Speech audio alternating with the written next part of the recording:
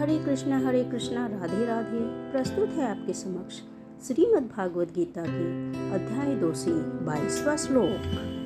वांसासि जीर्णानि यथा विहाय नवानि गृह्यति नरोपराणि तथा शरीराणि विहाय जीर्णान्यानि संयाति नवानि देहि। जिस प्रकार मनुष्य पुराने वस्त्रों को त्याग कर नए वस्त्र धारण करता है, उसी प्रकार आत्मा पुराने तथा व्यर्थ शरीरों को त्याग कर नवीन भौतिक शरीर धारण करता है। कहने का तात्पर्य है, अणु आत्मा द्वारा शरीर का परिवर्तन एक स्वीकृत तथ्य है।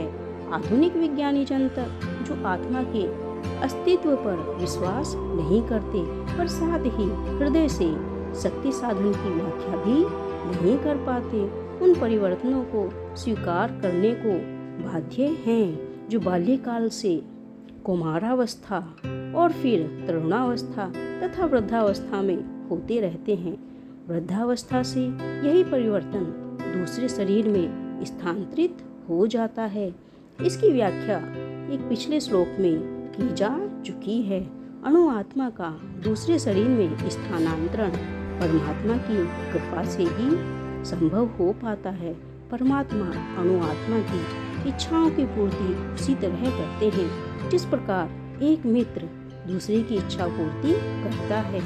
मुंडक तथा श्वेताश्वर स्वर उपनिषदों में आत्मा तथा परमात्मा की उपमा दो मित्र पक्षियों से दी गई है, जो एक ही वृक्ष पर बैठे हैं।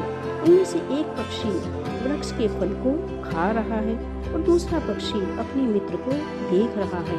यद्यपि दोनों पक्षी समान गुण वाले हैं, किंतु इनमें से एक भौतिक वृक्ष के फलों पर मोहित है, किंतु दूसरा अपने मित्र के कार्यकलापों का साक्षी मात्र है।